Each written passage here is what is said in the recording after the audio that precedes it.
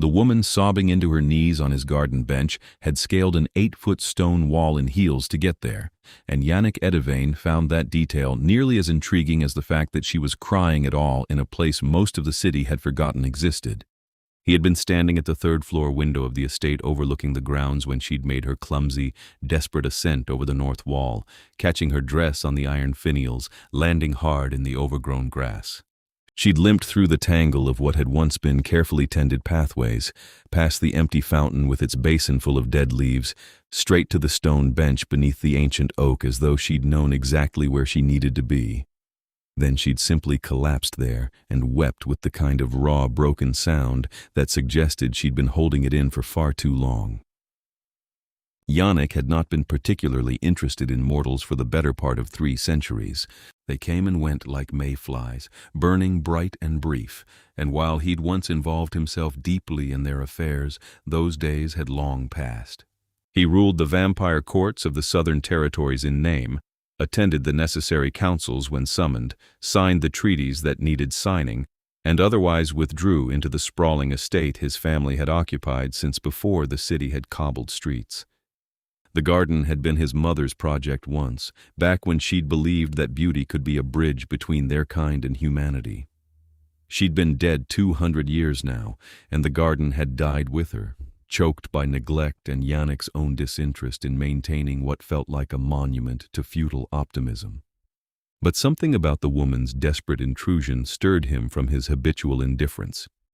Perhaps it was the sheer determination it must have taken to climb that wall in her state. Perhaps it was the way she'd chosen his abandoned garden specifically, as though grief recognized kindred desolation. Perhaps he was simply bored enough after decades of self-imposed isolation that even a weeping trespasser represented novelty. He moved through the house with the preternatural silence of his kind, down the servants' stairs that no servants had used in 50 years, out through the conservatory doors that opened soundlessly at his touch. The night air was cool against his pale skin, carrying the scent of wild roses gone feral and earth that hadn't been turned in years. His white hair caught the moonlight as he crossed the overgrown lawn, his long coat brushing against waist-high grass that should have been trimmed back to civilized shortness. She didn't hear him approach. She was too lost in her sobbing, her whole body shaking with it, her face buried in her hands. Her dark hair had come loose from whatever style she'd worn it in, falling in waves around her shoulders. The dress was expensive, he noted, or had been before she'd torn it on his wall, a deep blue silk that was meant for some formal occasion she'd clearly fled. Yannick settled himself on the far end of the stone bench, perhaps 4 feet from where she hunched in her misery, and simply waited. He had all the time in the world, after all. That was rather the point of immortality, even if he'd spent the last century squandering it. The minutes stretched into an hour. Her sobbing gradually exhausted itself into hiccuping gasps, then into shallow, uneven breathing, then into the deeper rhythm of sleep. She'd cried herself into unconsciousness, her body finally surrendering to whatever overwhelming emotion had driven her to scale his wall in the first place.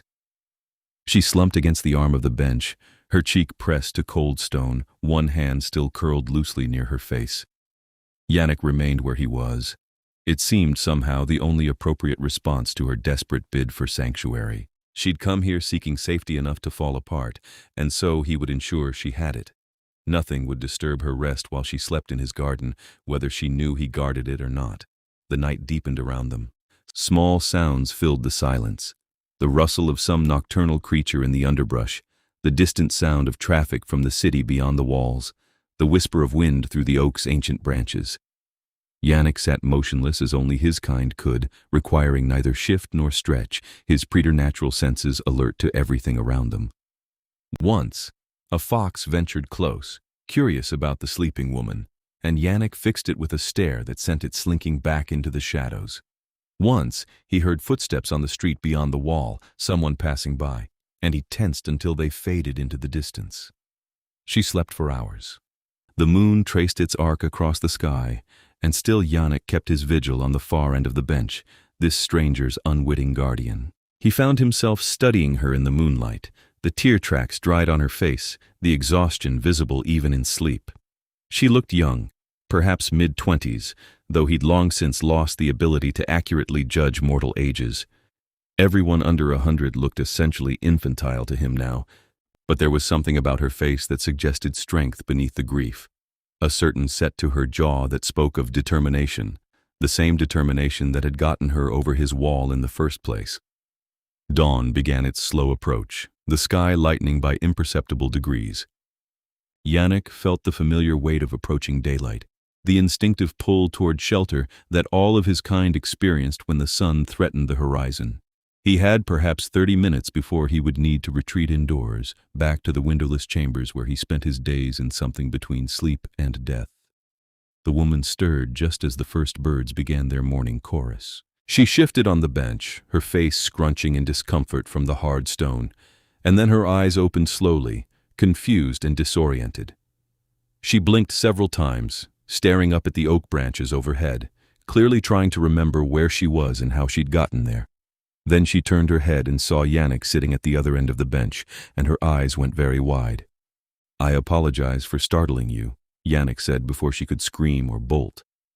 His voice was soft, deliberately gentle, though it still carried the faint accent of aristocracy from an era when such things had mattered. "You seem to need the rest. I wanted to ensure nothing disturbed you." She stared at him, her breath coming quickly, her body tensing for flight. He could see her taking him in, his white hair that fell past his shoulders, his pale skin that had not seen sunlight in 300 years, his dark eyes that caught the pre-dawn light strangely. His clothes were fine but outdated, elegant in a way that suggested old money and older habits. He looked, he knew, like exactly what he was. Something not quite human, beautiful and unsettling in equal measure. "Where am I?" she managed, her voice rough from crying. "My garden," Yannick said. "Well, my family's garden, technically, though I'm the only one left to claim it. You climbed the north wall approximately 6 hours ago and cried yourself to sleep on this bench. I've been keeping watch to ensure your safety. Nothing has disturbed you." She continued to stare at him, processing this information. He could see the moment fear began to give way to confusion, and then to something else, a sort of desperate indifference, as though whatever had driven her here made the appearance of a strange man in an abandoned garden seem relatively inconsequential. "I'm trespassing," she said flatly. "Technically, yes." "Are you going to call the police?" "No." She blinked at him. "Why not?" Yannick considered the question. Why hadn't he simply had her removed? Why had he sat here all night guarding a stranger's sleep instead of returning to his comfortable isolation? "You looked as though you needed somewhere to fall apart," he said finally. "It seemed cruel to deny you that." Something in her expression cracked slightly at his words, a fresh gleam of tears appearing in her eyes before she blinked them back furiously.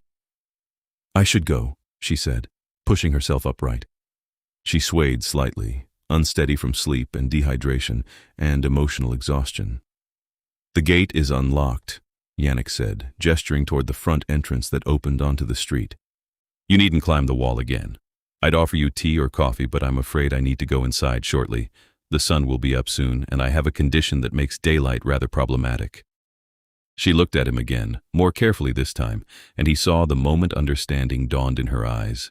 The too pale skin, the old-fashioned manner of speaking, the fact that he'd apparently sat motionless on a bench all night without discomfort, the mention of sun sensitivity. He could see her connecting the pieces into a conclusion that should have seemed absurd, but somehow didn't, not in the pre-dawn stillness of this forgotten garden. "You're a vampire," she said. It wasn't a question. "I am. The vampire who owns this estate. Yannick Edivane," he confirmed. "King of the Southern Territories, though that's rather a grander title than it sounds. These days it mostly involves tedious paperwork and occasional council meetings." She laughed, a startled, slightly hysterical sound. "I broke into a vampire king's garden to cry." "You did," Yannick agreed. "And now you've met said vampire king who sat guard all night to ensure you could cry in peace.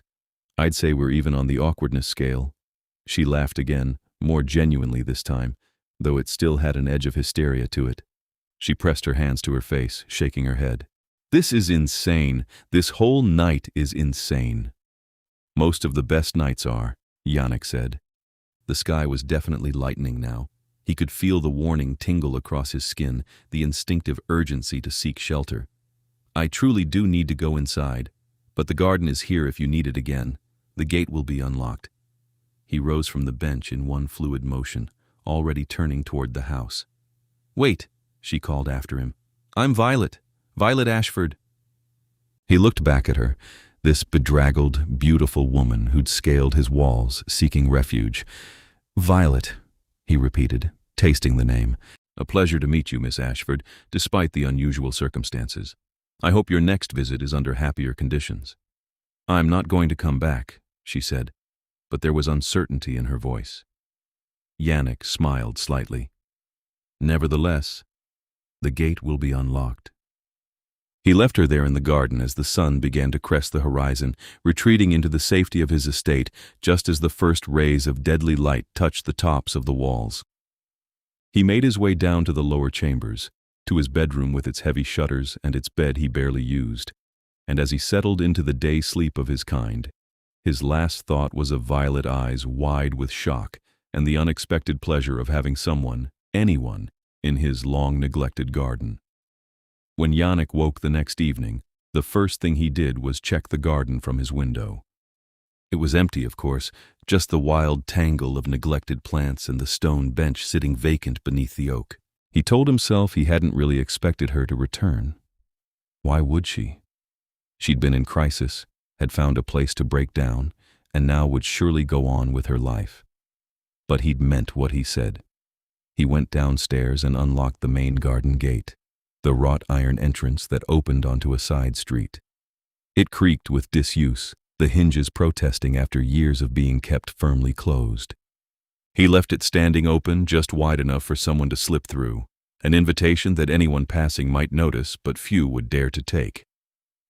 Then he returned to his usual evening routine, dealing with correspondence from the vampire courts, reviewing reports from his territories, signing off on the tedious administrative matters that kept their kind hidden and functioning in the modern world.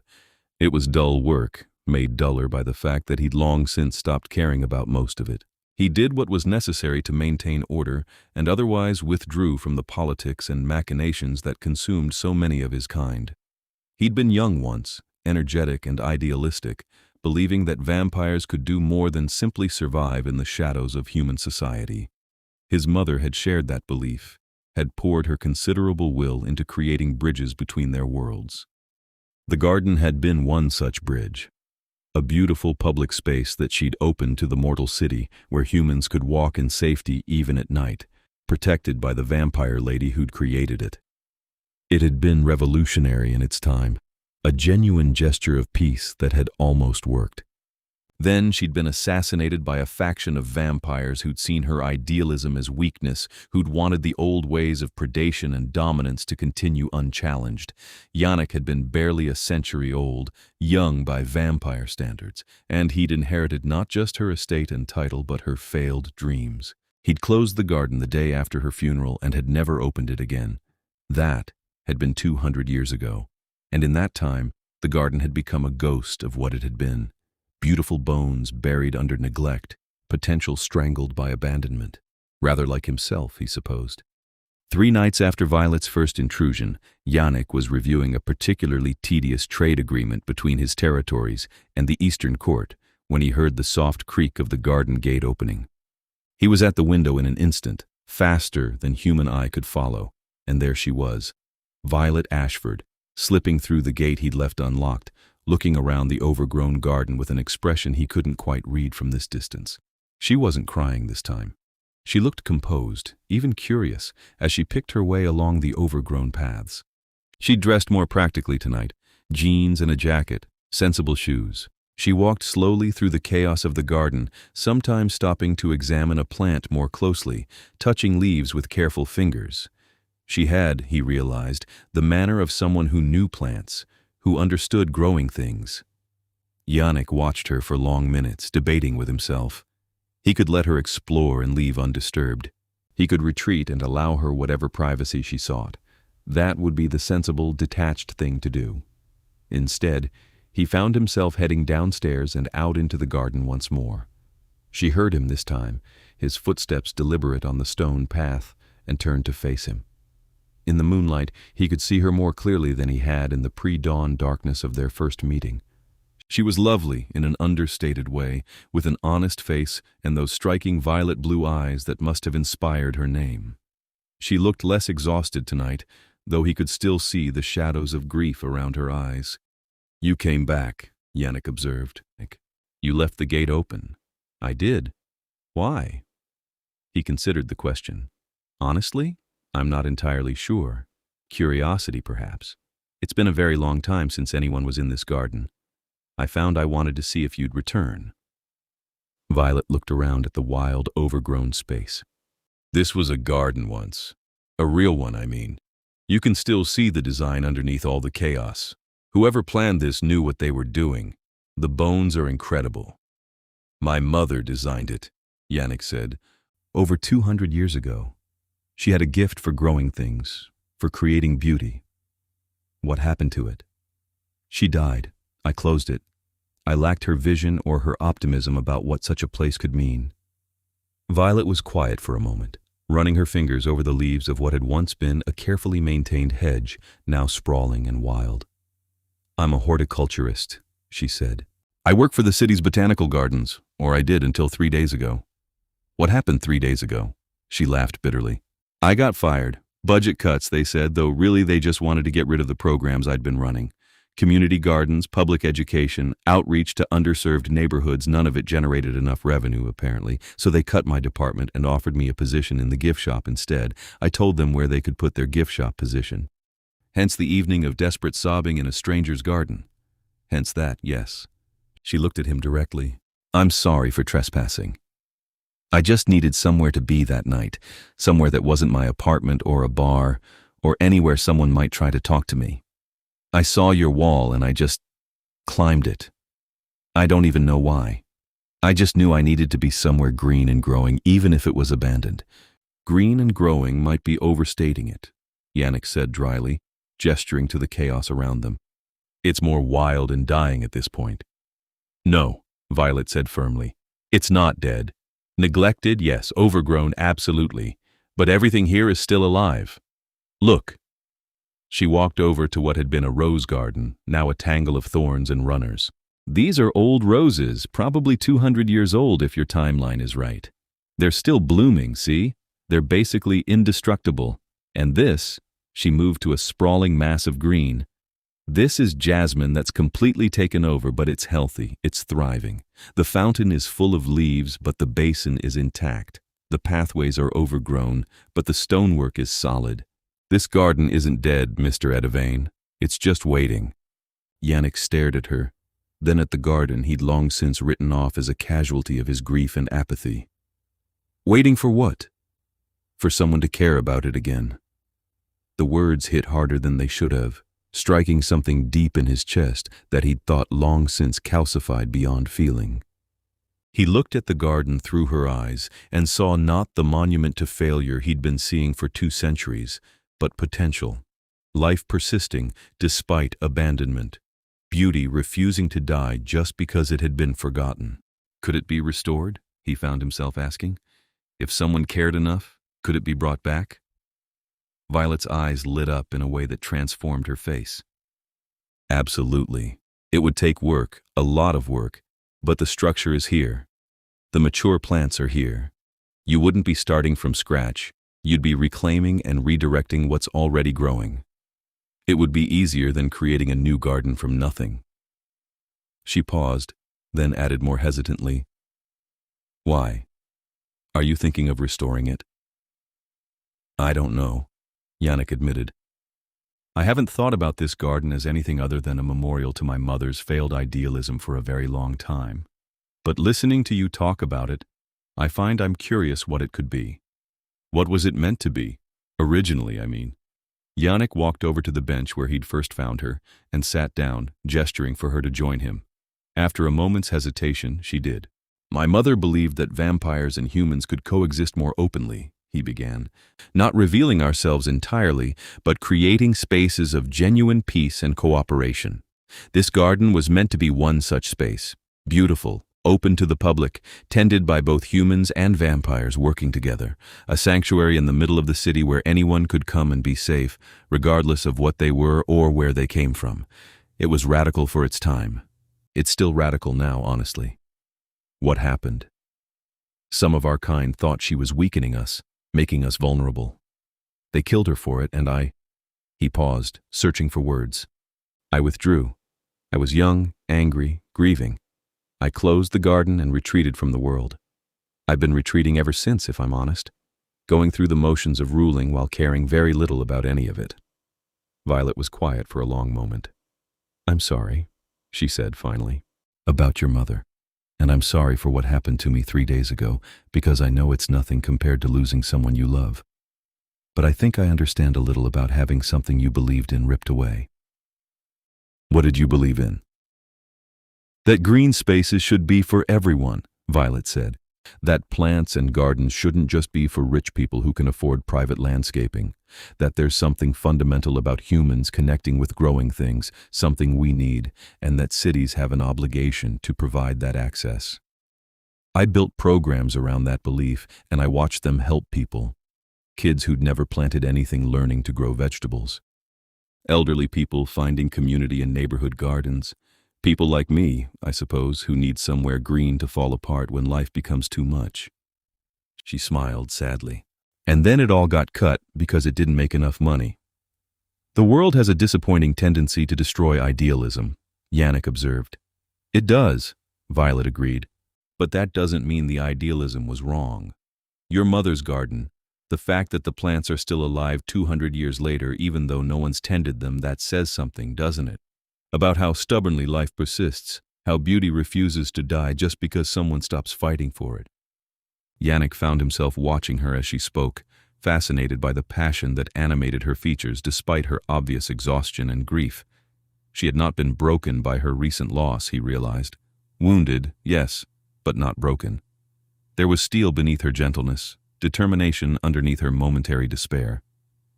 Come back tomorrow night, he said impulsively. Bring your expertise and your opinions and tell me what would need to happen to restore this place. I make no promises, but I'm curious enough to want to know what's possible. Violet turned to look at him, surprise clear on her face. You're serious? Rarely, but at the moment, yes. She laughed, a real laugh this time, warm and genuine. All right, yes. I'll come back tomorrow night. I'll bring my notebooks and measuring tape and probably get far too excited about 200-year-old rose varieties. I look forward to the excitement, Yannick said, and was startled to realize he meant it. He was looking forward to something, anticipating the future rather than simply enduring it. It was an unfamiliar sensation after so many decades of numb routine.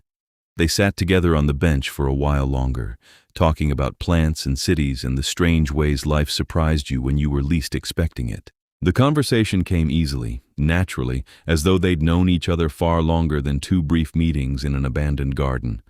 When Violet finally rose to leave, promising to return the next evening, Yannick found himself reluctant to see her go. He walked her to the gate, watching as she slipped back out onto the street. She turned back once, giving him a small wave, and then disappeared into the city night.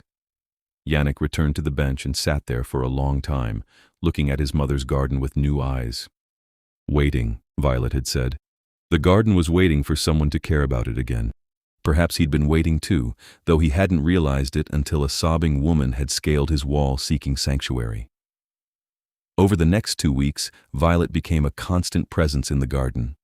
She arrived every evening just after sunset, armed with notebooks and tools, and an enthusiasm that Yannick found both bemusing and infectious. She'd mapped out the entire space, identifying what plants were original and which had seeded themselves in over the years. She'd sketched restoration plans, multiple versions with different priorities and timelines.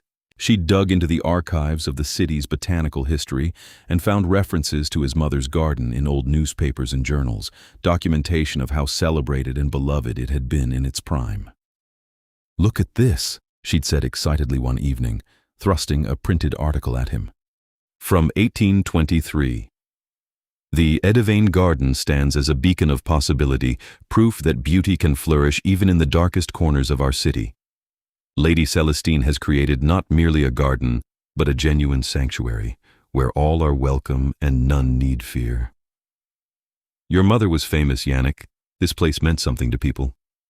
Yannick had read the article with a strange tightness in his chest, seeing his mother's vision validated by mortal voices from 2 centuries past. He'd spent so long thinking of her idealism as foolish, a beautiful dream that had gotten her killed. But perhaps it had been more than that. Perhaps it had mattered, even if only briefly. What would you do with it? He asked Violet. If you had complete freedom, unlimited resources, no constraints, what would you do with this garden? Violet's eyes had gone distant, seeing possibilities invisible to him. I'd restore the original design but update it for modern use. Keep the historic bones but make it functional for today. I'd create spaces for different purposes, areas for quiet contemplation, spaces for community gatherings, sections for education. I'd plant things that are beautiful but also useful: herbs, vegetables, fruit trees. I'd make sure there were night-blooming flowers too, since your kind would be the primary caretakers. She'd paused, then added softly, and I'd open it to the public again, the way your mother intended. Make it a genuine sanctuary, free and accessible to anyone who needs it, especially people who can't afford private gardens or don't have green spaces in their neighborhoods. You'd recreate my mother's vision, Yannick had said quietly. I'd honor it, Violet had corrected. But make it my own too. Hers and mine and yours, something new built on old foundations. As the nights passed, Yannick found himself drawn into Violet's planning, not as a distant observer, but as an active participant. They'd walk the garden together while she explained what she envisioned for each section, and he'd find himself contributing ideas, remembering details from his mother's original design, suggesting modifications that would work better for his kind's nocturnal schedule. They'd sit on the bench for hours, talking about plants and history and the peculiar challenges of creating a public space in a city that increasingly privatized every inch of green. They talked about other things too. Violet told him about her life, growing up in the suburbs, discovering her passion for plants in her grandmother's garden, fighting her way through university on scholarships and stubbornness, landing her dream job at the botanical gardens, only to watch it become increasingly corporate and soulless. She talked about her recent breakup, the boyfriend who'd left her 3 months ago for someone less obsessed with dirt and dead leaves, her shrinking circle of friends as everyone coupled off and moved to the suburbs, her growing feeling that she'd somehow missed the boat on building a normal life. Yannick, in turn, found himself sharing things he hadn't spoken about in decades. He told her about the early years of his vampirism, the shock and wonder of immortality, the way time began to lose meaning after the 1st century. He told her about the courts, the endless politics of their kind, the exhausting effort of maintaining order among beings whose feuds could span millennia. He told her about his growing disillusionment, the way he'd watched human society change and evolve while vampire society remained frustratingly static, bound by tradition and ancient grudges. "We're so proud of our immortality," he'd said one night, "but sometimes I think it's made us stagnant. We don't have to grow or change because we have forever. Your kind transforms within a single generation because you must. You have no time to waste on old wounds or pointless feuds. You're forced to adapt or die. And yet you've survived for centuries," Violet had pointed out. "That must require some adaptation. Survival, yes, but not living, not really. I've been surviving for 200 years, Violet, going through the motions, fulfilling my obligations, existing. I'm not sure I've been truly alive since my mother died." She'd been quiet for a long moment, then reached over and took his hand. Her fingers were warm against his perpetually cool skin, her touch gentle but firm. "Then maybe it's time to be alive again," she'd said simply. It was the first time they'd touched beyond casual proximity, and Yannick had felt the contact like an electric shock, not painful, but awakening, as though something long dormant in him had stirred at her warmth. He'd looked down at their joined hands, his pale as marble, hers tan with soil under the nails, and felt the difference between them not as a gulf, but as a completion, 2 halves of something finding their balance. He'd realized then, with startling clarity, that he was falling in love with her. It should have been impossible. He was 300 years old, She was perhaps 25. He was dead by most definitions that mattered. She was vibrantly, messily alive. He'd long since believed himself beyond such mortal concerns as love and desire, having outlived countless relationships and grown weary of watching people he cared for age and die while he remained unchanged. But Violet made him want to try again. She made him want to open the garden, to re-engage with the world, to care about something beyond mere survival. She made him want to be the person his mother had believed he could be, before grief and anger had calcified his heart into something cold and unmovable. The realization terrified him more than he'd been frightened in centuries. "Yannick?" Violet's voice pulled him from his thoughts. "Where did you go just now?" "Nowhere important," he lied, squeezing her hand gently before releasing it. "Tell me more about your plans for the rose garden. You mentioned wanting to add some modern varieties alongside the historic ones." She'd let him deflect, launching into an enthusiastic explanation of disease-resistant cultivars and extended bloom times, and he'd listened and contributed, and carefully did not think about how much he wanted to kiss her or how catastrophically foolish that desire was. But the next evening, he found himself waiting for her arrival with an anticipation that felt almost like nervousness. When she slipped through the garden gate right at sunset, his first clear thought was simply, "There you are," as though some part of him had been waiting for her all day. "I brought something," Violet announced, holding up a large thermos and a bag. "Coffee and pastries. I realized we've been working through your night without proper refreshments, and while you probably don't need coffee, I definitely do." "I don't require it, no," Yannick said, amused. "But I can appreciate it. We retain taste even if we don't need food." They settled on the bench, and Violet poured coffee into cups she'd brought, handing him one. The coffee was good, rich, and dark, and Yannick sipped it with genuine pleasure even though it provided him no sustenance. Violet pulled pastries from the bag, offering him one. "I probably should have asked earlier," she said suddenly, looking uncertain. "Can you eat regular food, or is it just blood?" "I realized I made an assumption, and I might be offering you something that's actually disgusting or harmful, or I can eat regular food," Yannick assured her, accepting the pastry.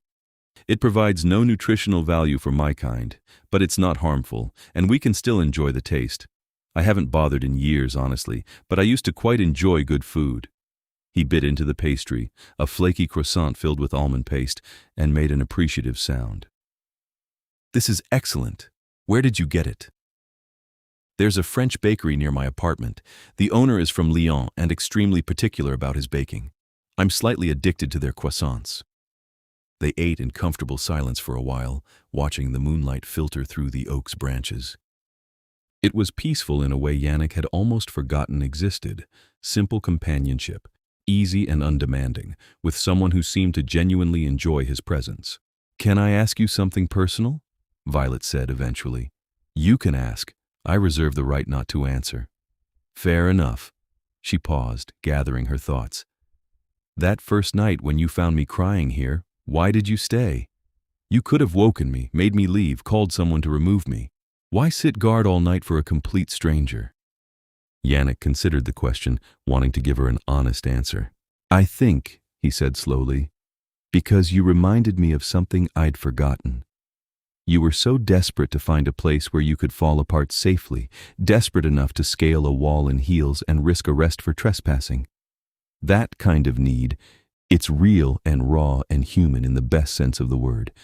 And I realized, watching you, that I'd spent so long being above such things, being removed and controlled and untouchable, that I'd forgotten what it meant to feel anything that strongly.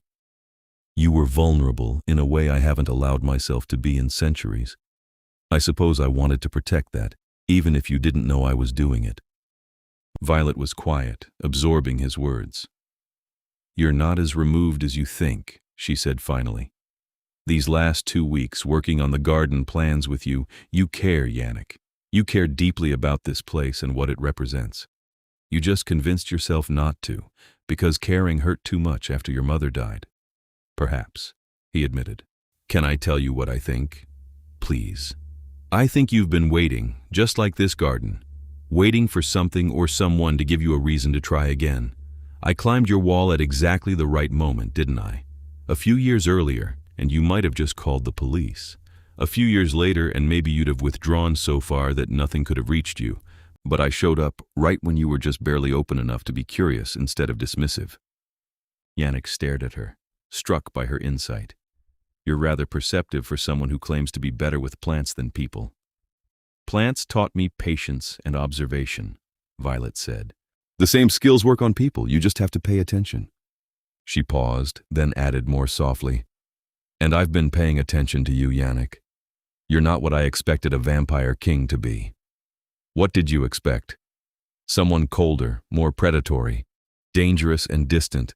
Instead, you're kind and funny and surprisingly easy to talk to. You sat guard all night to protect a stranger's sleep.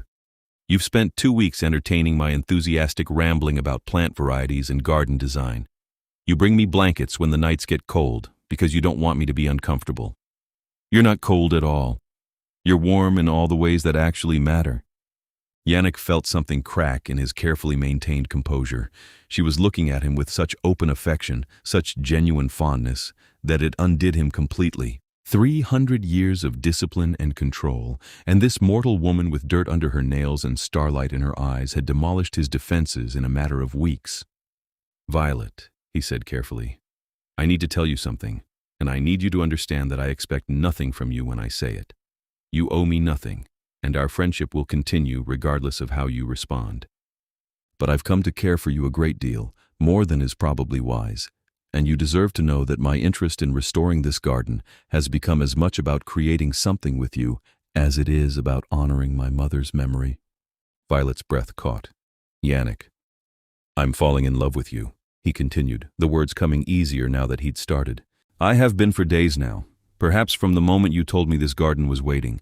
You make me want to be alive again in ways I'd forgotten were possible, and I know the obstacles are considerable. I'm 3 centuries old and you're barely beginning your life. I'm dead by most definitions, and you're so vibrantly alive it hurts to witness sometimes.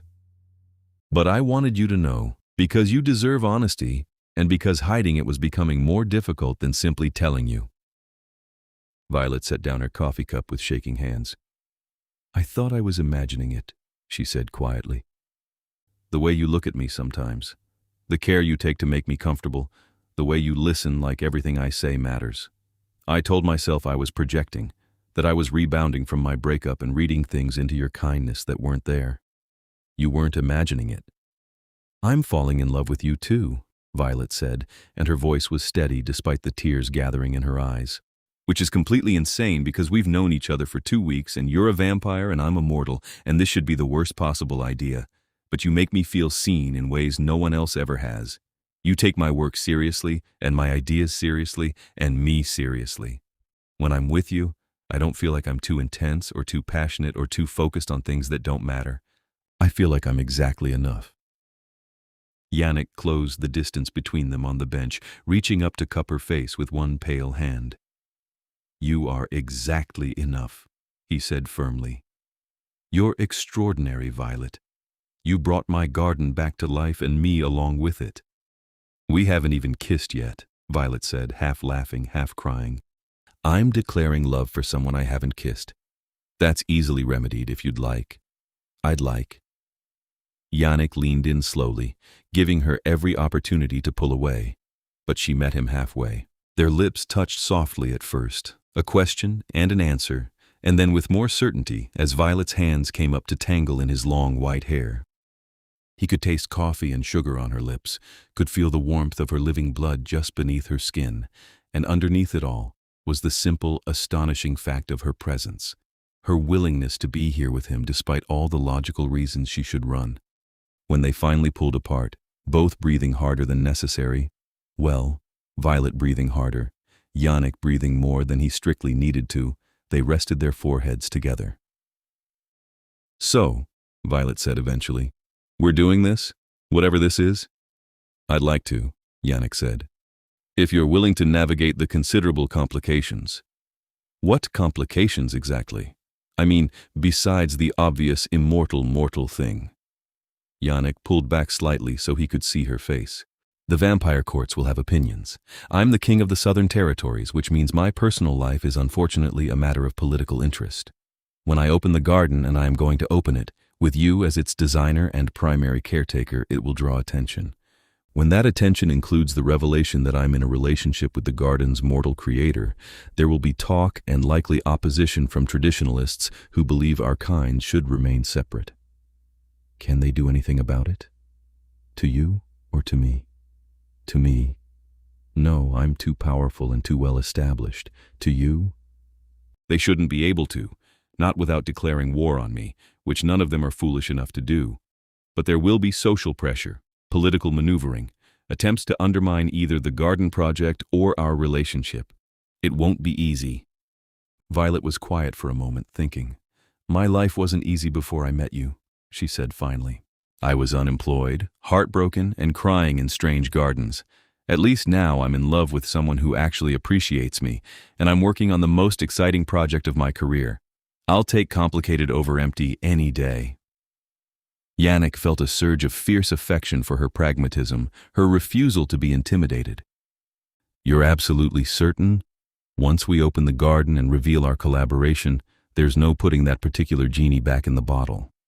I'm certain, Violet said firmly. Are you? I've never been more certain of anything in 300 years. Then let's do it. Let's restore your mother's garden and open it to the city and show everyone that her vision wasn't foolish idealism, it was just ahead of its time. They sealed the decision with another kiss, and then spent the rest of the night planning in earnest, no longer talking about hypotheticals, but about actual timelines and budgets and logistics. By the time the sky began to lighten toward dawn, they'd outlined a plan that was ambitious but achievable. 6 months to complete the major restoration, with the grand reopening scheduled for midsummer, when the garden would be at its most spectacular. As Yannick walked Violet to the gate, she turned back to look at the garden one more time. It's going to be beautiful, she said softly. Your mother would be proud, I think. I hope so, Yannick said, though I suspect she'd be more amused than anything that it took me 2 centuries and a crying trespasser to finally continue her work. Violet laughed. Best trespassing decision I ever made. The restoration began in earnest the next evening.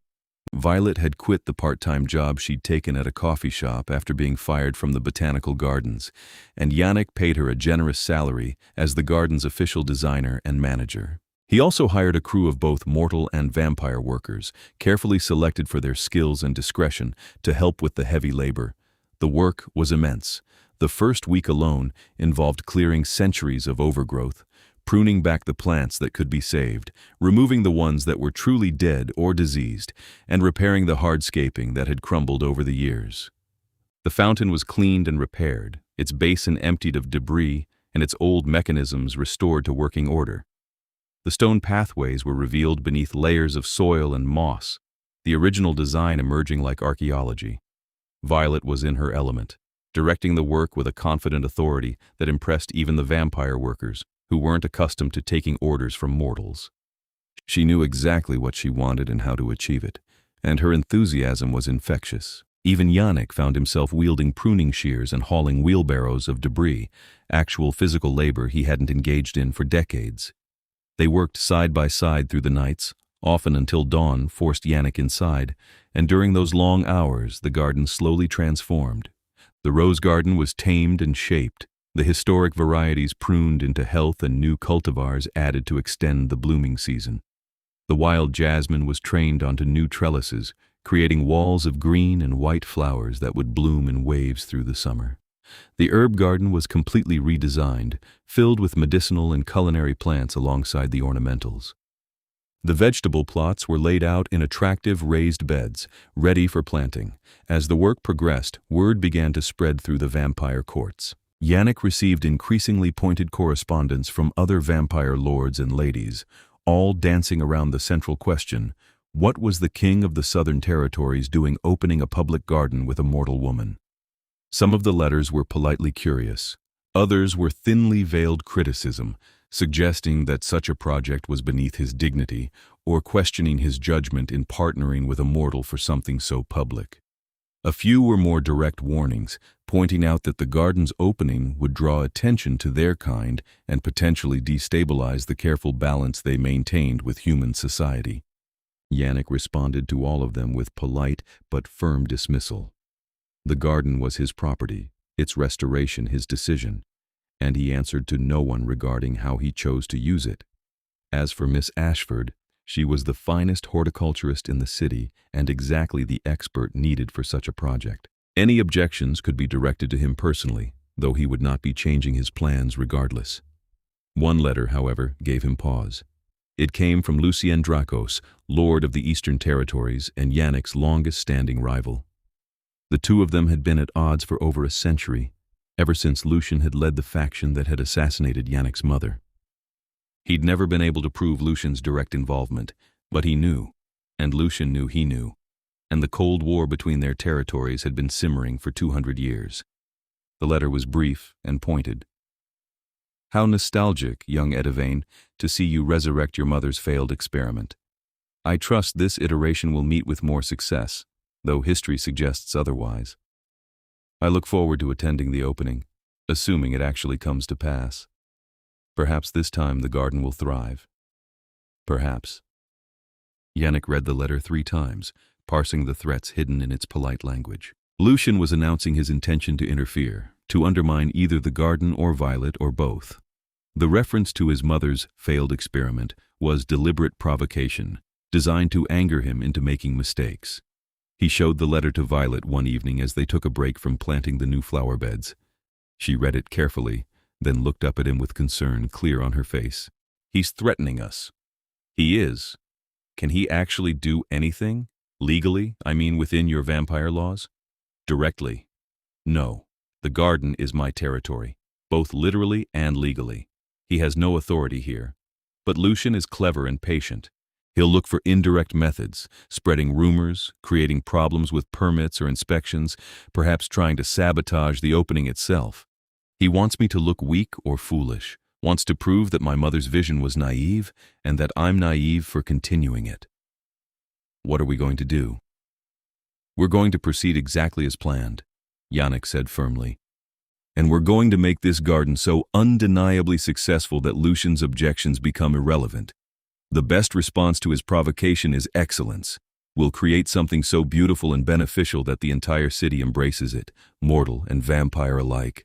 That will be our answer to him. Violet smiled, fierce and determined. Then let's make it perfect. They redoubled their efforts, working even longer hours to ensure every detail was executed flawlessly.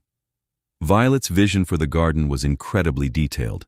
Not just beautiful plantings, but functional spaces designed for different purposes and different kinds of visitors. There was a quiet meditation garden with a small pavilion designed for people who needed peace.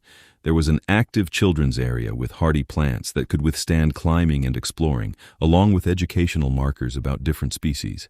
There was a community garden section with plots that local residents could rent for their own vegetable growing.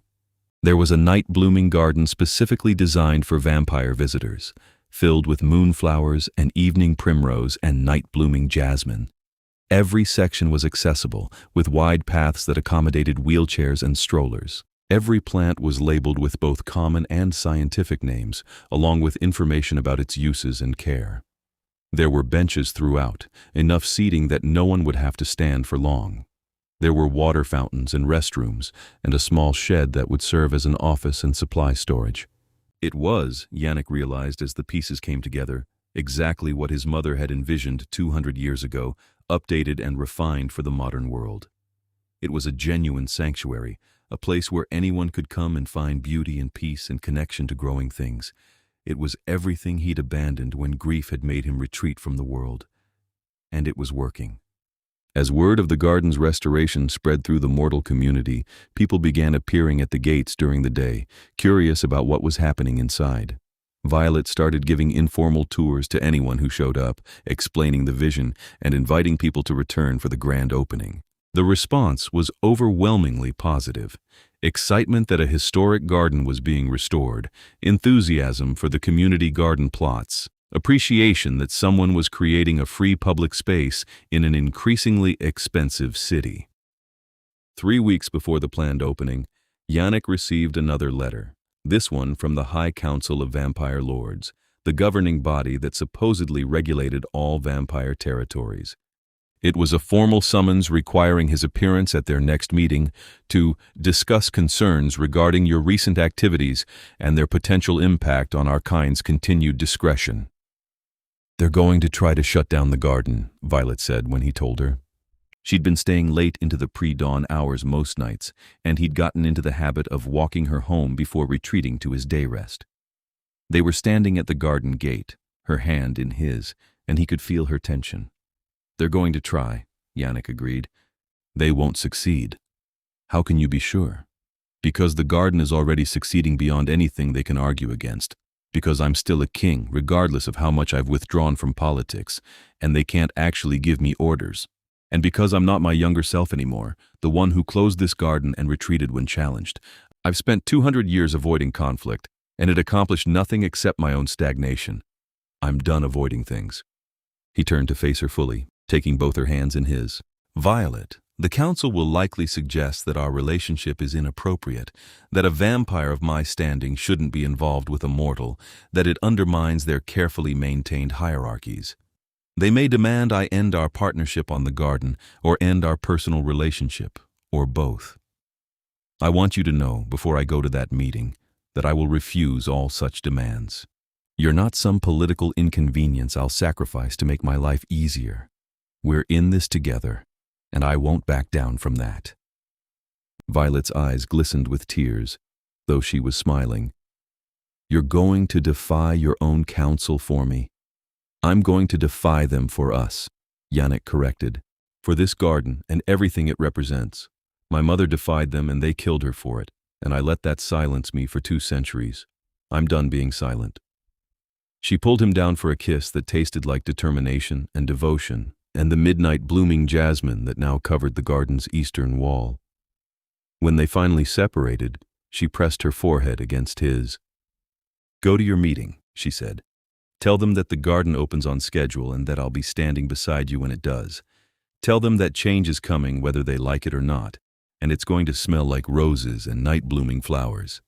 Yannick laughed, despite the seriousness of the situation. "I'll tell them exactly that." The council meeting took place in a centuries-old chamber beneath the city, in the network of tunnels and rooms that vampires had maintained since long before modern construction had risen above them. It was accessed through a disused subway station, downstairs that no mortal eye noticed, into spaces that existed in the gaps of official city maps. The chamber itself was deliberately intimidating, all dark stone and Gothic architecture, torches burning in sconces that had held flame for centuries, a long table carved from a single piece of black marble. The 7 members of the High Council were already seated when Yannick arrived, arrayed in their formal finery like judges at a trial. Lucian Dracos was there, of course, seated at the council's right hand, though he was not himself a council member. He'd been invited to present the concerns about Yannick's activities, making his role in this confrontation official. King Edivane, the council's head, an ancient vampire named Serafina Volkov, greeted him formally. "Thank you for attending." "Did I have a choice?" Yannick asked mildly, taking his seat across from them. "Let us dispense with pleasantries," Serafina said. "We have concerns about your recent behavior and its potential impact on our kind's security and standing.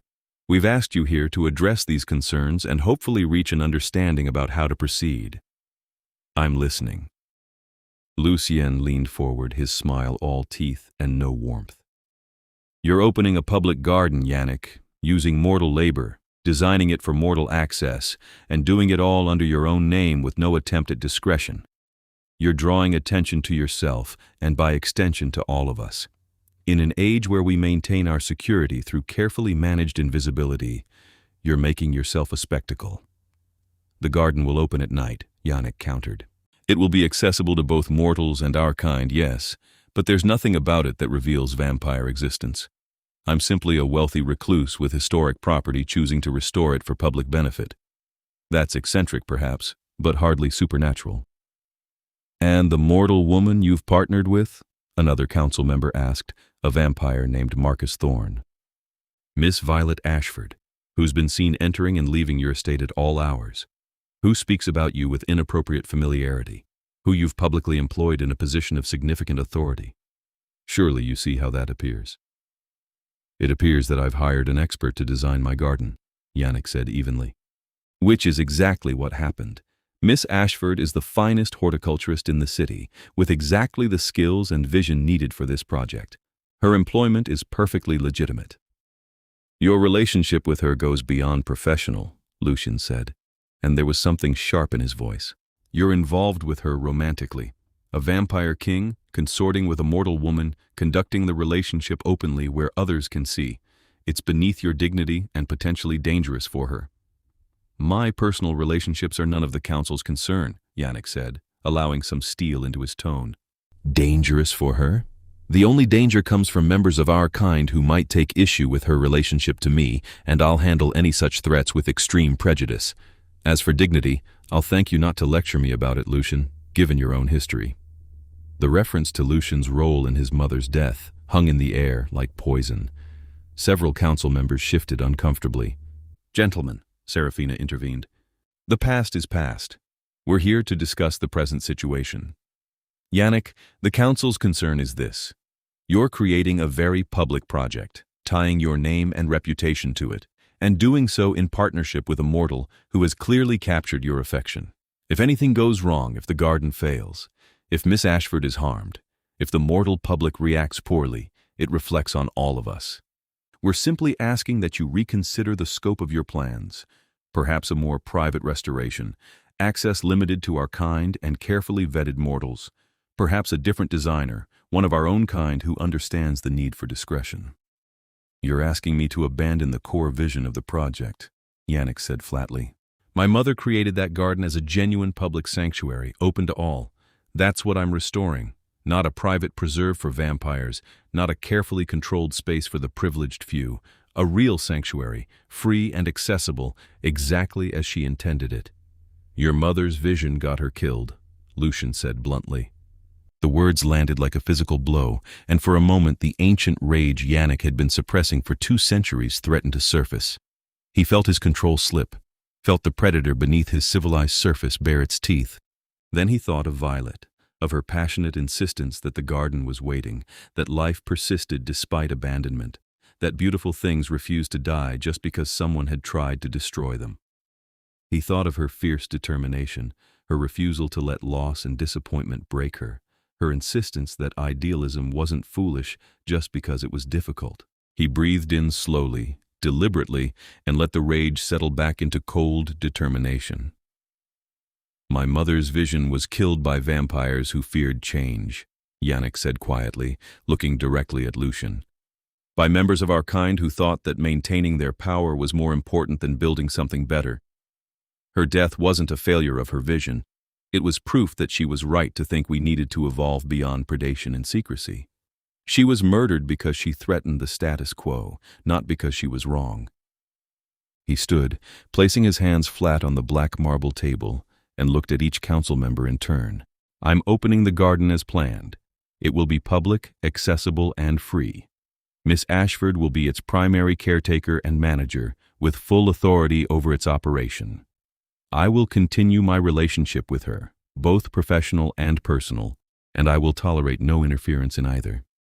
If any member of our kind threatens her or attempts to sabotage the garden, I will consider it a direct attack on me and respond accordingly. You're refusing the council's recommendation, Serafina said. It wasn't a question. I'm reminding the council that I'm a king, not a subject, Yannick replied. I've spent 200 years deferring to this body's caution, letting my own grief and their fear keep me passive. That ends now. The garden opens in 3 weeks.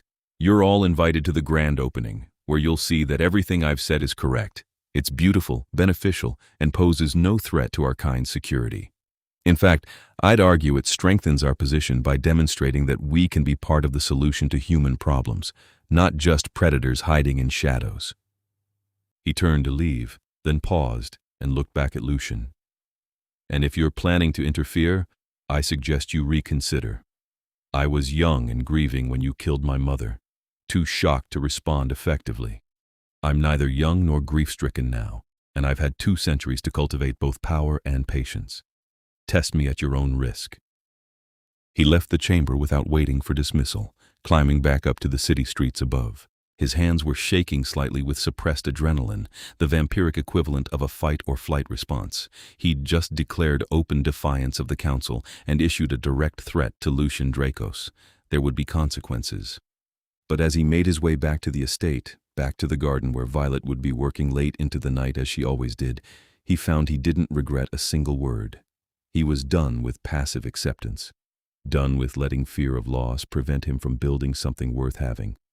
His mother had died for her vision, and he dishonored her memory by abandoning it. He wouldn't make that mistake again.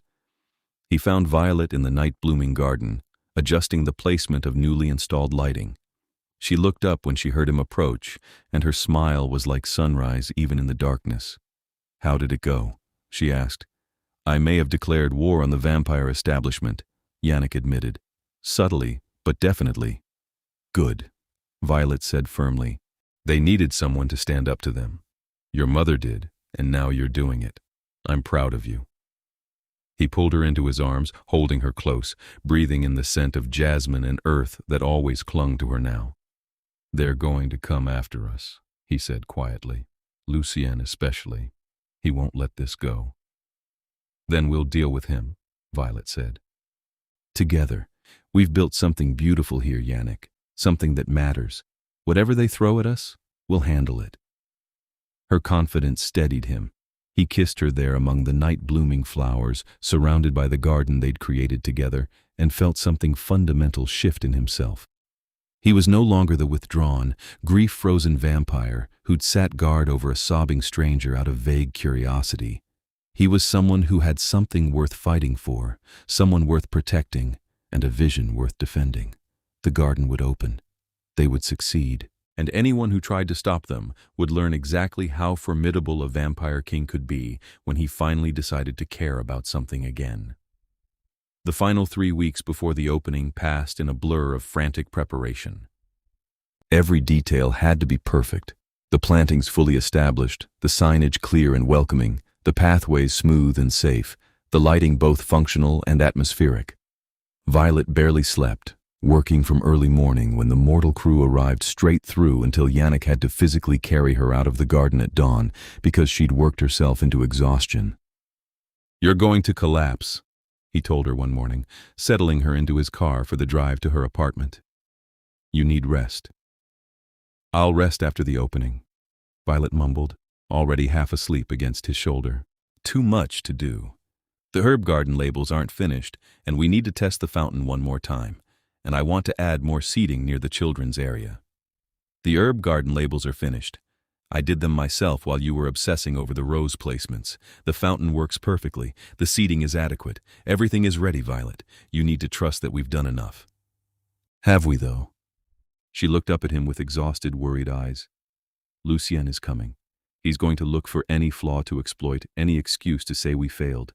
It has to be perfect." "It doesn't have to be perfect," Yannick said gently. "It just has to be good and real and genuinely offered. That's what my mother understood that I'd forgotten. Perfection isn't the point. Sincerity is. We've created something sincere here, something that actually helps people. That's what will make it succeed, not flawless execution of every tiny detail."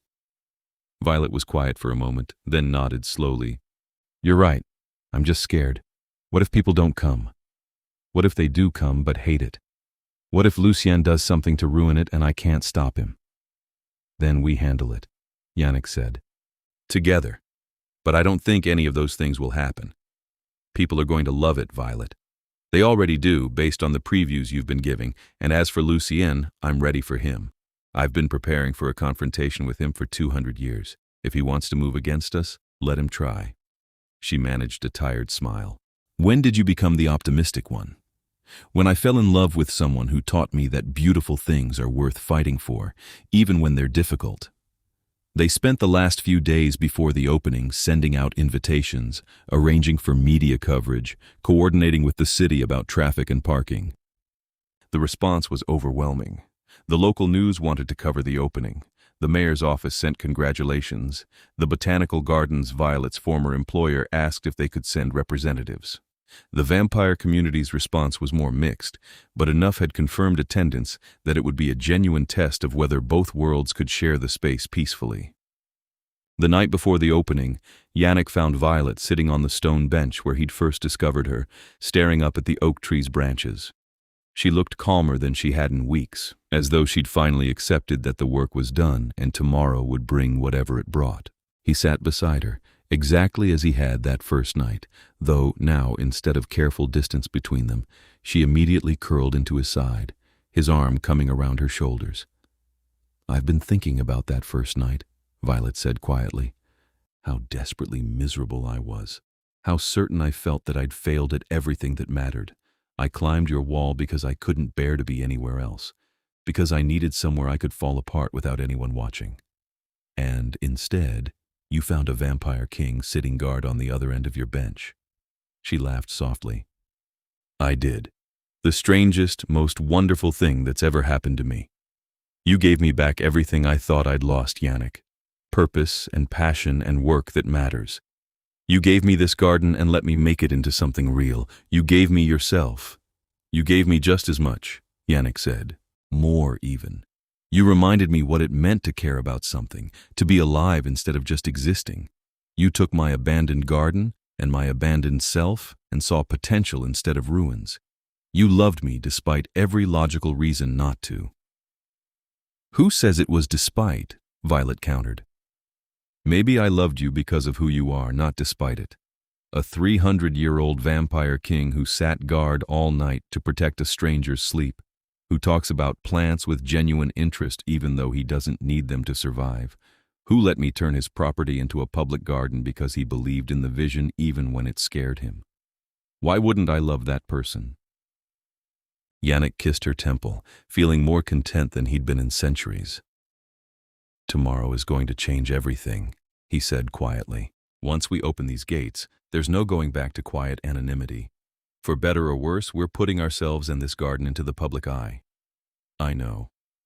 Are you ready?" Violet tilted her face up to look at him, and in her eyes he saw the same determination that had driven her to scale his wall all those weeks ago. "I'm ready. Let's show them what we built." The grand opening was scheduled for sunset, timed so that both mortal visitors and vampires could attend comfortably. As the afternoon faded toward evening, people began gathering outside the garden gates, reporters with cameras, families with children, elderly couples walking slowly, young people who'd seen the announcements on social media, city officials in their formal wear, and mixed among them, the vampires. They were easy to spot if you knew what to look for: the pale skin and hair, the old-fashioned formality of their dress, the way they moved with preternatural grace. Yannick stood just inside the gates with Violet at his side, both of them dressed formally for the occasion. She wore a deep green dress that complemented the garden around them, her dark hair arranged elegantly, though she'd refused to do anything about the perpetual traces of soil under her nails. "I'm a gardener," she'd said when he'd teased her about it. "Anyone who expects me to have perfect manicures doesn't understand the work." He wore his formal court attire, a long coat of midnight blue, elegant waistcoat, his white hair left loose around his shoulders. He looked every inch the vampire king, ancient and powerful and otherworldly, and he dressed deliberately to remind anyone watching that he was not to be trifled with. As sunset arrived, painting the sky in shades of orange and gold, Yannick stepped forward and opened the gates. "Welcome," he said, his voice carrying easily to the gathered crowd, projecting with the subtle power of his kind. "Welcome to the Edivane Garden, restored and reopened after 200 years. This space was created by my mother, Lady Celestine Edivane, as a sanctuary for all who needed it. A place of beauty and peace, free and accessible to everyone regardless of circumstance or kind. Tonight we honor her vision by opening these gates once more and inviting you to enjoy what has been created here." He gestured to Violet, who stepped forward. This garden's restoration was led by Miss Violet Ashford, whose vision and expertise brought it back to life. She'll be the garden's manager going forward, ensuring that it remains a genuine public resource. Everything you see here was designed by her, planted by her, created with the intention that this be a space for everyone. Violet gave a small speech about the garden's features, the different sections and their purposes, the commitment to keeping it free and accessible. Her voice was steady despite the crowd, her passion for the project evident in every word. Then the gates opened fully and people flooded in. The response was immediate and overwhelmingly positive. People scattered throughout the garden, exclaiming over the plantings, taking photos, gathering in conversation groups. Children ran laughing through the designated play area, their parents following with smiles. Elderly visitors settled on the many benches, soaking in the peaceful atmosphere. The reporters circulated, filming and interviewing, capturing footage of the restored fountain and the night-blooming garden and the community vegetable plots. The vampires came too, moving through the crowds with careful courtesy. Some clustered in the night-blooming section, appreciating the flowers designed specifically for their kind's aesthetic preferences. Others mingled with mortal visitors, engaging in conversation, proving that peaceful coexistence was possible when both sides made the effort. Yannick walked through it all with Violet at his side, accepting congratulations, answering questions, watching his mother's dream manifest in real time. The garden was filled with life and laughter and genuine joy, exactly as it was meant to be. Then he saw Lucien Draco standing near the rose garden, watching everything with an expression that suggested careful calculation rather than celebration. "Stay here," Yannick told Violet quietly. "Lucien is here, and I need to speak with him. I don't want you anywhere near him if this goes badly." "I'm not letting you face him alone," Violet argued. "I'm 300 years old and a vampire king," Yannick reminded her. "I can handle Lucien. Please, trust me on this. Enjoy the opening. This is your triumph.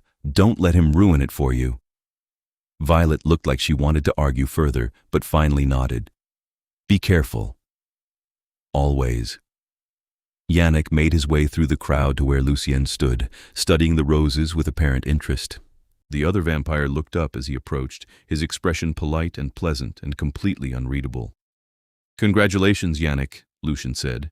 "You've created something quite impressive here. Very nearly as grand as your mother's original garden.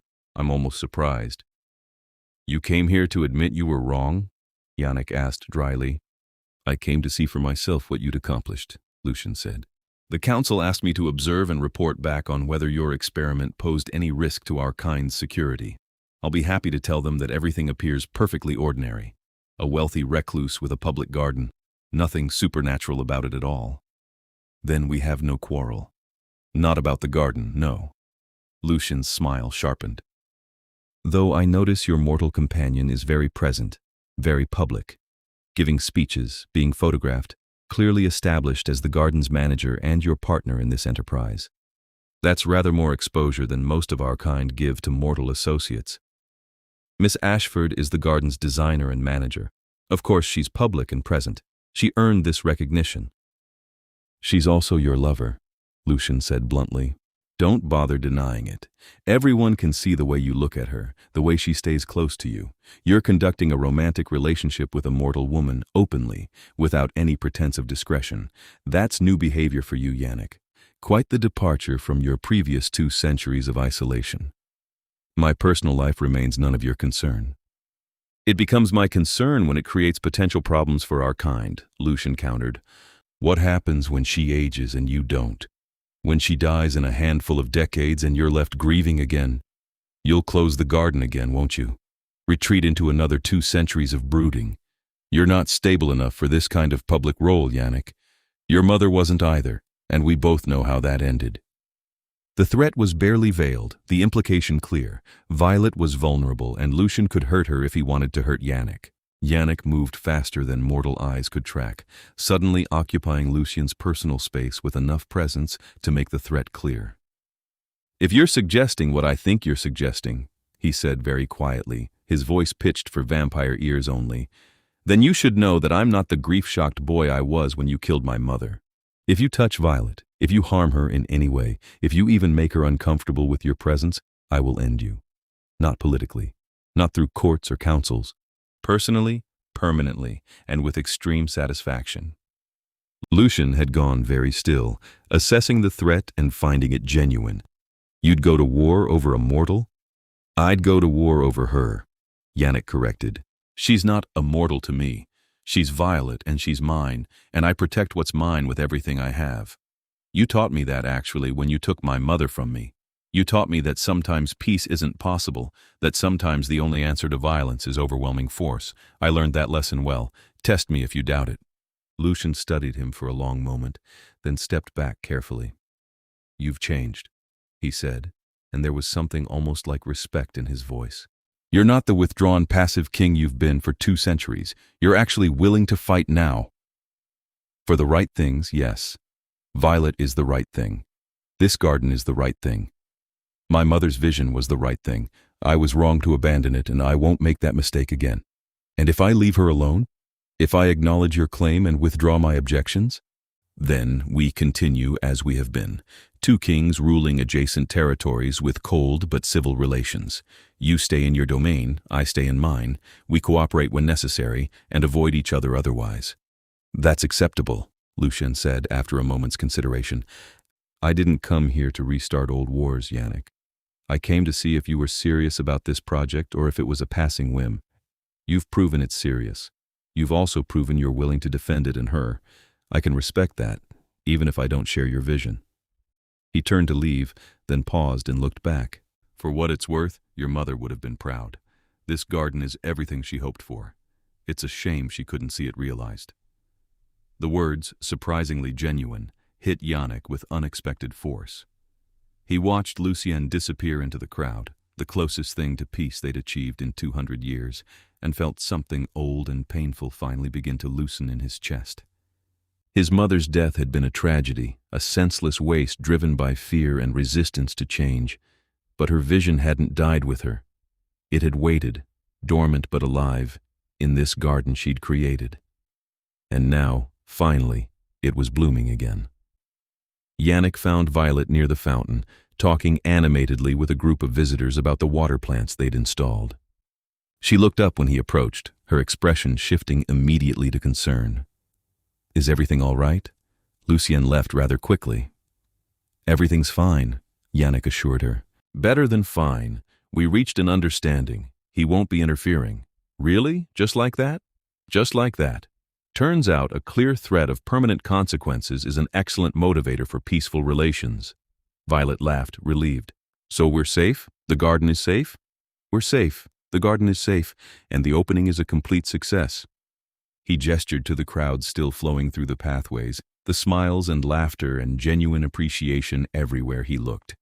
You did this, Violet. You took a ruin and made it into something magnificent. We did this, she corrected. Together. The opening celebration continued late into the night, long past when most mortal guests had departed. The vampires remained, enjoying the garden in the deep darkness they preferred, and Yannick found himself playing host to members of his court he hadn't spoken to in decades. They were curious about the garden, about Violet, about his transformation from withdrawn recluse to engaged ruler. He answered their questions with surprising patience, feeling more connected to his kind than he had in centuries. When the last guests finally departed and the garden was empty except for himself and Violet, they stood together at the gate, looking back at what they'd created. Your mother would be proud, Violet said softly, echoing Lucian's words. I think she would, Yannick agreed. Not just of the garden, but of the fact that I finally let myself care about something again. She always said that immortality without passion was just a longer road to death. Wise woman. She was. He turned to Violet, taking both her hands in his. I need to ask you something, and I want you to think carefully before answering. Don't respond immediately. Violet looked up at him with curiosity and a hint of concern. What is it? The garden is established now. You've proven your vision and your skill. You could go anywhere, do anything. You don't need to stay here with me if you don't want to. I would understand if you wanted to take this success and build on it elsewhere, create other gardens, have a normal life with mortal partners and normal timelines. Are you trying to get rid of me? Violet asked, her tone light but her eyes serious. Never. But I'm giving you the choice. I'm immortal, Violet. I'm not going to age, not going to die naturally, not going to change in any of the ways you will. If you stay with me, you're accepting a relationship with a fundamental imbalance. I will watch you grow older while I stay the same. I will eventually lose you, either to age or accident or the simple human fragility that my kind doesn't share. That's not easy, and I won't trap you in it without making sure you understand what you're choosing. Violet was quiet for a long moment, and Yannick forced himself to wait, to give her the space to think it through properly. Can I be turned? She asked finally. Made into a vampire, I mean. Is that possible? Yannick's heart, metaphorically speaking, since it didn't technically beat, stuttered. It's possible, he said carefully. It's not easy, and it's permanent. There's no going back once you're turned. You'd be giving up mortality, aging, children, sunlight, normal food, everything that makes human life human. Most vampires only turn people out of desperation or deep love, because it's such a fundamental transformation. But it's possible, Violet repeated. If I wanted it, if you were willing, I could become like you? Yes. She nodded slowly, processing this. Then here's what I think. I love you. I love this garden and what we've built together. I love working with you and creating beautiful spaces and proving that your mother's vision was right. I don't want a normal life with someone else. I want this life with you for as long as I can have it. And when you start aging? Yannick asked quietly. When you see me stay the same while you change, then we'll discuss turning me, Violet said firmly. If I still want it and you're willing, we'll do it. If not, then I'll accept the time we have and trust that it will be enough. But I'm not walking away from you just because our story might eventually be complicated. Every good story is complicated, Yannick. That's what makes it worth living. He pulled her into his arms, holding her close, this remarkable woman who'd scaled his walls and stolen his heart and reminded him what it meant to be alive. I love you, he said, the words feeling both ancient and new. I have loved you since you told me the garden was waiting. I will love you for whatever time we have, mortal or immortal. Then that's settled, Violet said, her voice muffled against his chest. I'm staying. We're running this garden together. And whatever comes next, we'll figure it out as we go. They stood there in the empty garden, surrounded by the fruits of their labor and the promise of future seasons, and Yannick felt something he hadn't experienced in 200 years, genuine hope for tomorrow. The months that followed the opening were busy and rewarding. The garden became exactly what Violet had envisioned, a genuine public sanctuary, visited by thousands of people from all walks of life. Families brought children to explore the play areas. Elderly visitors spent quiet afternoons on the benches. Community members tended the vegetable plots with dedicated care. Night visitors, both mortal and vampire, enjoyed the evening blooming sections under moonlight and carefully designed lighting. The press coverage was universally positive. Articles appeared praising the restoration, the design, the commitment to public access. Violet was interviewed by gardening magazines and urban planning journals, her expertise recognized and celebrated. Yannick stayed more in the background publicly, but within vampire circles his standing improved significantly. He was no longer seen as the withdrawn, ineffective king who'd abandoned his duties. He was now a ruler who'd successfully bridged mortal and vampire worlds, creating something beneficial for both, proving that Lady Celestine's vision hadn't been naive idealism, but ahead of its time. The Vampire Council sent formal congratulations, effectively an acknowledgement that they'd been wrong to doubt him. Lucian kept his word and stayed away, their Cold War replaced by genuinely neutral relations. Other vampire lords began visiting, curious about the garden and interested in potentially creating similar projects in their own territories. And through it all, Yannick and Violet grew closer. They fell into comfortable partnership, working side by side to maintain the garden, adjust plantings with the seasons, plan new features and improvements. They spent evenings walking the pathways after the public had left, talking about everything and nothing, finding joy in simple companionship. They were sitting on their bench, it had become their bench, without either of them explicitly claiming it one evening in late autumn, when Violet brought up the subject of turning again. I've been thinking about it a lot, she said quietly, about becoming a vampire. about what I'd be giving up and what I'd be gaining. Yannick tensed slightly. They'd avoided the subject since the opening, letting it sit in potential rather than forcing a decision. "And what have you decided?" "I want to wait," Violet said. "Not forever, but a while longer. I want to experience the garden through all the seasons as a mortal first. I want to see it in winter snow and spring bloom and summer heat. I want to tend it with human hands for at least a few years before I make the choice to give up mortality." "That's reasonable," Yannick said, trying to keep the relief out of his voice. He wanted her as a permanent partner, yes, but he also didn't want her to feel rushed into such a monumental decision. "But I do want it eventually," Violet continued. "I want forever with you, Yannick. I want to tend this garden across centuries, watching it grow and change, creating new sections and new features. I want to meet your vampire friends properly as an equal rather than as the mortal pet. I want to be able to stand beside you at council meetings and public events without everyone wondering how long I'll last before I age out of relevance. So yes, I want to be turned, just not yet." "When?"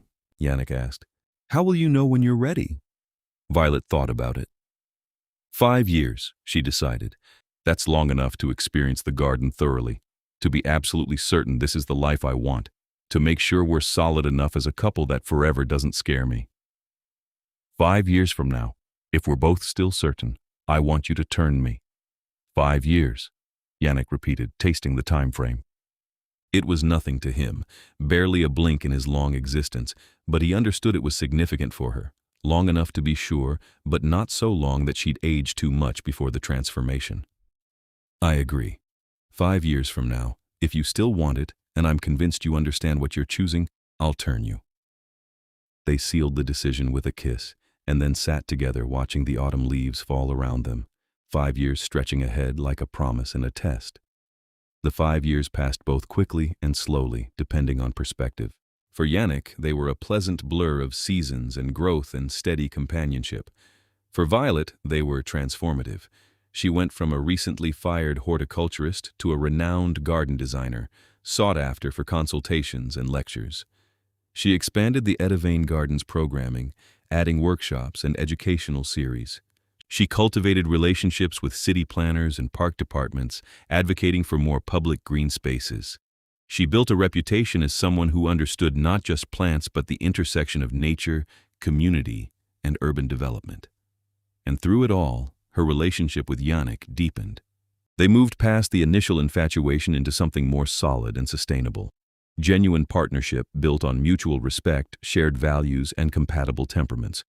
They learned each other's habits and preferences, negotiated conflicts with increasingly practiced ease, built a life together that incorporated both his vampiric nature and her mortal needs. The question of turning came up periodically, usually when something reminded them of the difference between their lifespans.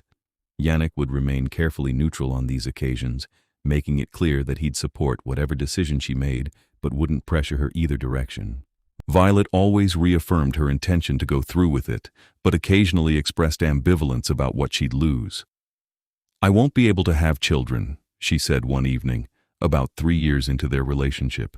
They'd been walking through the children's section of the garden, watching kids play, and he could see the wistfulness in her expression. "No," Yannick confirmed gently. "Vampires can't reproduce that way. It's one of the costs of immortality." "I always thought I'd have kids someday," Violet admitted. "Not immediately, but eventually. A family. That won't be possible if I turn." "You could still have a family," Yannick suggested. "It would just look different. Chosen family, community, the people who matter to you. But biological children, no, that wouldn't be possible." Violet was quiet for a long time. "I want to be with you more than I want hypothetical children," she said finally. "But it still feels like losing something, you know?" "I know," Yannick said. "And I'm sorry. I wish I could give you both." "It's not your fault. It's just the nature of what you are, what I'd be choosing to become." She leaned into him, and he wrapped his arm around her. "I'm still going through with it, but I'm allowed to grieve what I'm giving up, right?" "Of course you are." They worked through each ambivalence as it arose, talking through the implications of vampirism, the need for blood, the sun sensitivity, the fundamentally changed relationship with time and mortality. Yannick made sure she understood every aspect, even the darker parts of vampire existence that he usually downplayed. She deserved to make the choice with complete information. As the 5-year mark approached, Violet became more certain rather than less. She'd experienced the garden through multiple cycles now, understood the rhythms of their shared life, built a career that could continue or even flourish as a vampire. She'd also begun to feel the first hints of aging. A few fine lines around her eyes, the occasional ache that took longer to fade, the awareness that her body wasn't quite as resilient as it had been at 25. "I'm ready," she told him one evening, exactly 5 years from the night of the garden's opening. They were, appropriately, sitting on their bench, the place where everything had started. "I've thought about it from every angle, grieved what I'm losing, celebrated what I'm gaining. I'm ready to be turned." Yannick studied her carefully, using all 300 years of his experience to assess whether she truly understood what she was asking. He saw no doubt in her eyes, no hidden ambivalence, just clear determination and love.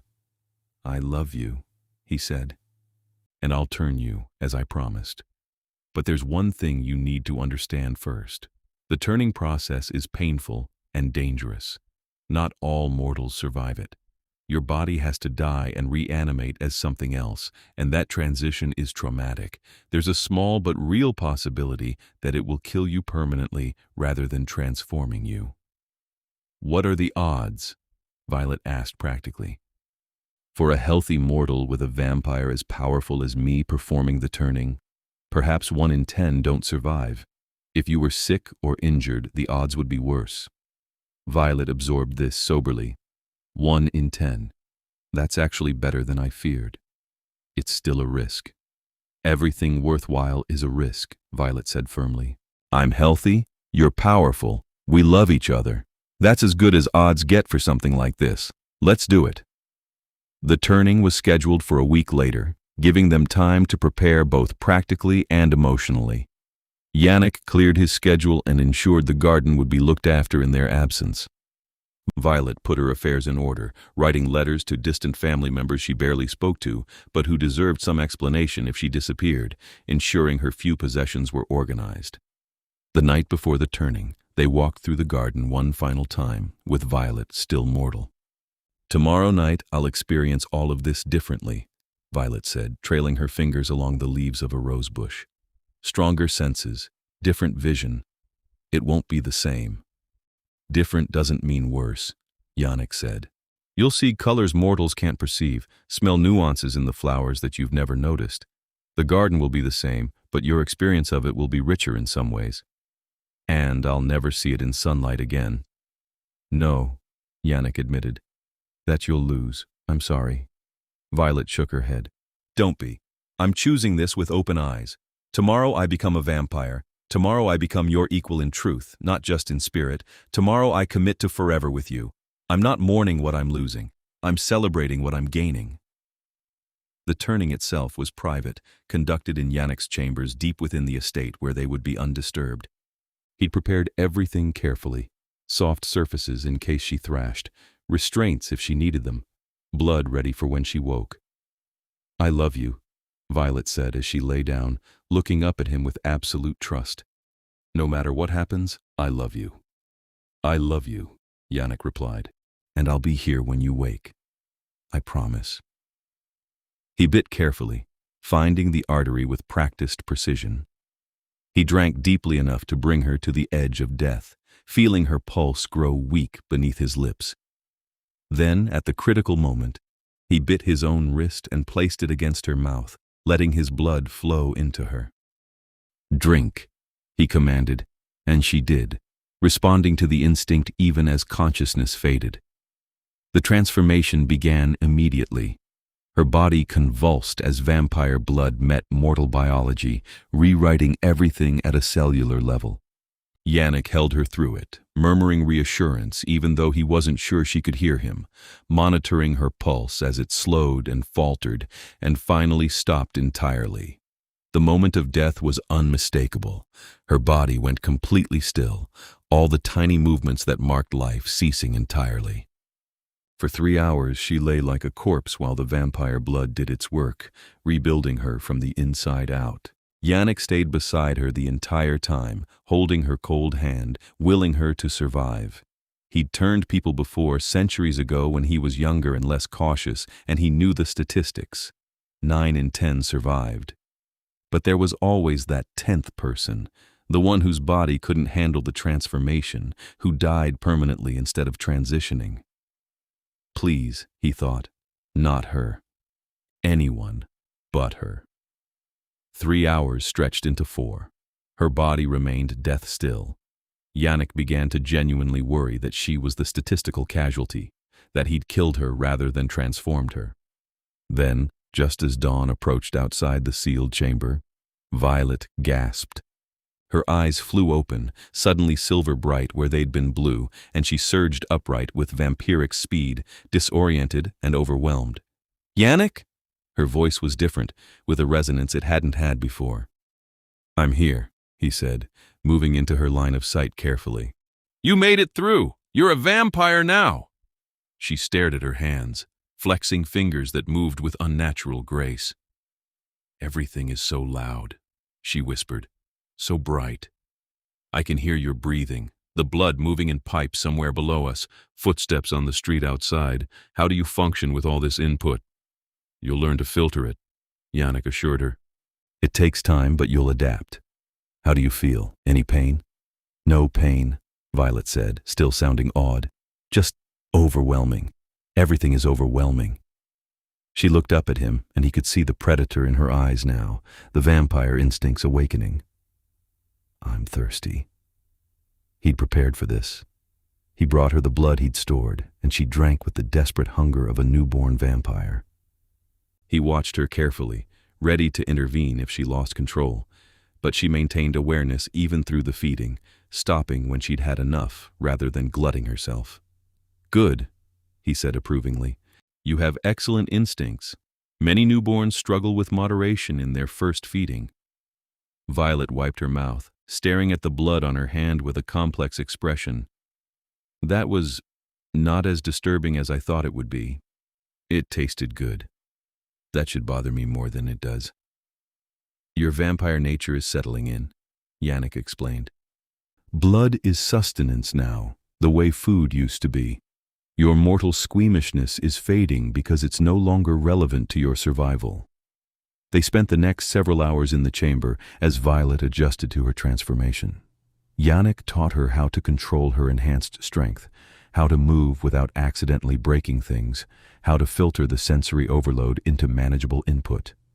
She learned quickly, her natural competence translating well to her new abilities. When night fell again and it was safe to emerge, they went to the garden.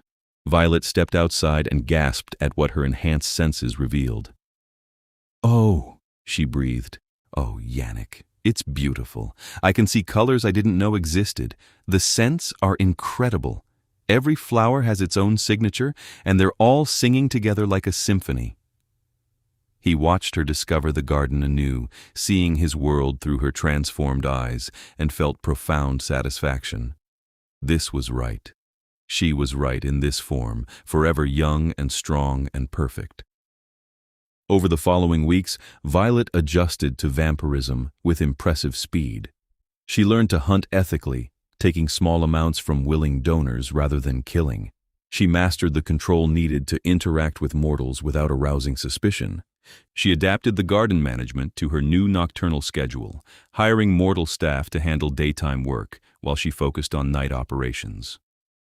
The vampire community accepted her more readily than Yannick had expected. She was under his protection as his consort, yes, but she also earned respect in her own right. She'd chosen vampirism deliberately rather than being turned in desperation or passion. She was competent and self-controlled, and she brought genuine value through her expertise and work. 6 months after her turning, Yannick proposed formally at a council gathering, presenting her as his intended queen before the assembled vampire lords. It was a political statement as much as a romantic one. Violet was not his pet or temporary companion, but his equal and partner in ruling the southern territories. The council accepted the declaration with varying degrees of enthusiasm, but none opposed it. Yannick was too powerful to challenge directly, and Violet had proven herself capable. The engagement was recognized, and plans began for a formal bonding ceremony, the vampire equivalent of marriage, to take place on the anniversary of the garden's opening. The year between engagement and bonding passed in preparations for both the ceremony and continued garden development. Violet designed new sections, including a memorial area dedicated to Lady Celestine Edivane, filled with the flowers she'd loved most. The memorial included a plaque explaining the garden's history and Lady Celestine's vision, ensuring her legacy was properly honored. When the bonding ceremony finally arrived, it was held in the garden at midnight, under a full moon. The vampire community attended in force, along with select mortal allies and friends. Violet wore a dress of deep emerald green, her now white hair arranged with fresh flowers. Yannick wore formal court attire, looking every inch the king he was. The ceremony itself was ancient, conducted in languages that predated modern speech, binding them together not just emotionally but metaphysically. When it was complete, they were bonded, partners in truth, linked in ways that went beyond mortal marriage into something fundamental to vampire nature. "My queen," Yannick said softly, for her ears only, as they stood before the assembled witnesses. "My king," Violet replied, smiling, "my partner, my love." They kissed to applause and celebration, and then the party began in earnest. The garden filled with music and laughter and joy, vampires and mortals mixing freely in celebration of a union that proved Lady Celestine's vision had been right all along. Their kinds could coexist peacefully when they chose to try. As the celebration wound down toward dawn, Yannick and Violet slipped away to their bench, seeking a moment of quiet after the public ceremony. "We did it," Violet said, leaning against his shoulder. "We restored the garden. We proved your mother's vision was possible. We built something permanent and beautiful. And we're together. Forever now." "Forever," Yannick agreed, savoring the word. "I spent 200 years believing I'd lost the capacity for this kind of happiness. Then you climbed my wall crying and everything changed." "Best wall I ever climbed," Violet said, echoing her words from years ago. "Best decision I ever made, even if it was born from desperation." They sat together in their garden, truly theirs now, jointly managed and jointly loved, and watched the sky lighten toward dawn. They'd need to go inside soon, seek shelter from the sun that would destroy them both now. But for this moment, they simply existed together. Two vampires who'd found each other against all odds, who'd built something beautiful from ruins, who'd proven that love and idealism could survive even in immortality's long shadow. The garden would open to visitors again tomorrow night. They would continue their work, tending and expanding and improving it across the years and decades and centuries to come. They would face whatever challenges arose together, drawing strength from their bond and from the garden itself, this space that had brought them together and continued to nurture their shared vision. Somewhere above them, in the ancient oak's branches, a bird began its morning song. Even though they could no longer stay to hear it fully, they paused to appreciate the sound, this small marker of life's persistence. "Come," Yannick said finally, as the first rays of sun threatened the horizon. "Let's go inside. We have forever to enjoy the garden, but we need to survive to tomorrow night first."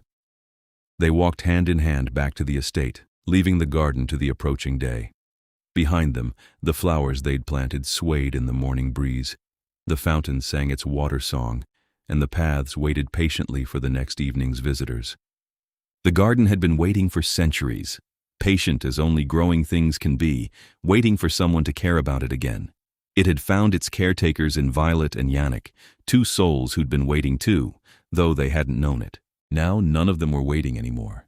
Now they simply existed together, the garden and its guardians, bound together across the seasons of forever, proving that beautiful things refuse to die just because someone stops fighting for them.